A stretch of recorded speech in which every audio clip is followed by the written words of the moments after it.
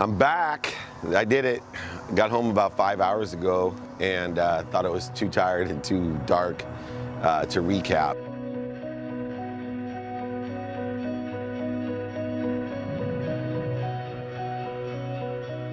We had a phenomenal week at the Global Entrepreneurship Week in Curacao and in Bonaire. We made a lot of great friends and relationships. We empowered a lot of people. Really, the mission was to change the way the people of Bonaire and Curacao look at things so the things they look at change. Giving them advice, many different speeches and meetings. Looks like we are going to be working with them, helping to market the people and the businesses and the country itself to inspire and empower more people to get involved with the great resources of both great countries. Was honored there as the Goodwill Ambassador to the ABC Islands, Aruba, Bonaire, and Curacao.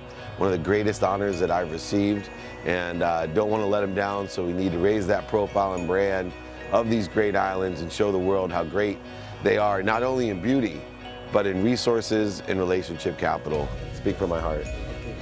Okay? Well, thank you for coming. Appreciate it. I have an objective of every phone call that I have is no more than 5 minutes. All my meetings are 20.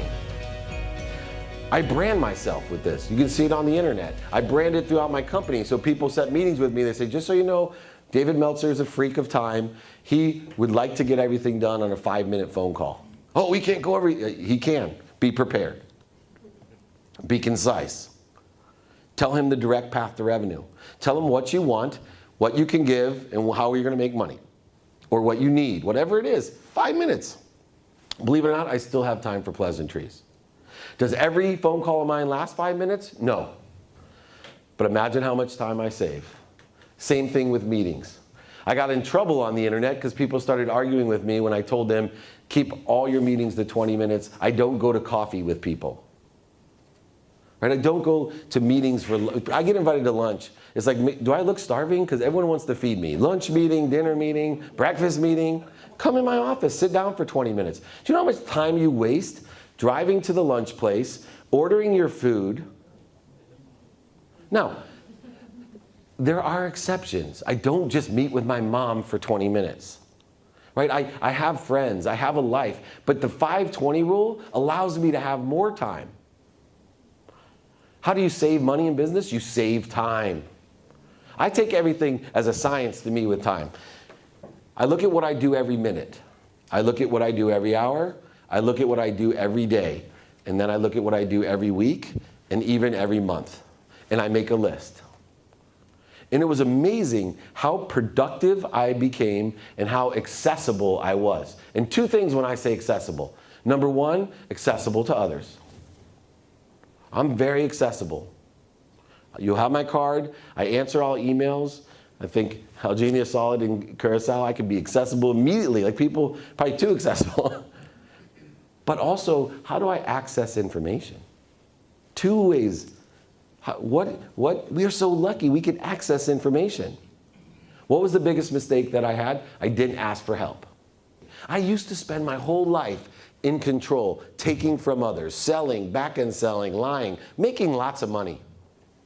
But I learned that I'm human, inefficient, ineffective, and statistically unsuccessful. I portrayed myself in a great way, but I could never fulfill the void of my promises. We teach everybody, oh, exceed expectations. The truth is, I'm just trying my best to meet the expectations. I'm just trying my best. I have no bad intentions. But my day changed. My day changed the day I woke up and said, God put 10 people in front of me that I can help. How can I be of service? How can I provide value? Does that mean don't make money? Not a chance. Don't confuse what I'm saying. I truly believe, and I don't mean to offend anyone, that 90% of everything that you want to help you be happy, to help and assist and accelerate your happiness, can be bought. I know my wife's shaking her head over there, but it's true. I can buy better health, better education, better experiences, better security. I can buy better philanthropy. But the 10% I learned that I can't buy is the truth. I've been here with a high perception of humanitarian service, but I felt like nobody wants to be helped. So how do you cope with that? Great question. The question was, I'm a humanitarian and philanthropist, but I'm feeling that the people don't want to be helped. Anyone feel that way? Yeah.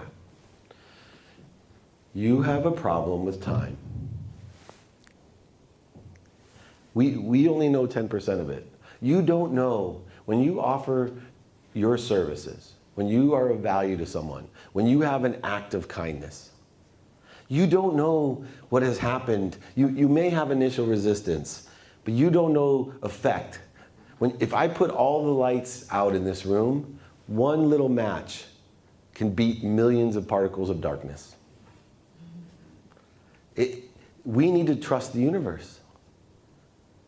We cannot help others. We can only give what we have. But you don't know the effects because we work in linear time.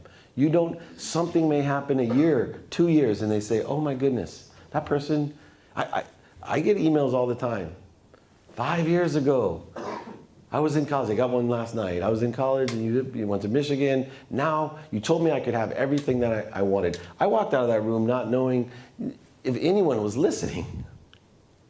I had a major impact on that person. You know, let it come through you, not for you, when you help others. But when you offer your help, you're changing people even if they're resisting. What you resist persists. But it resonates. It has so much power. I always tell people, be kind, you don't have to be right. Be helpful, not right.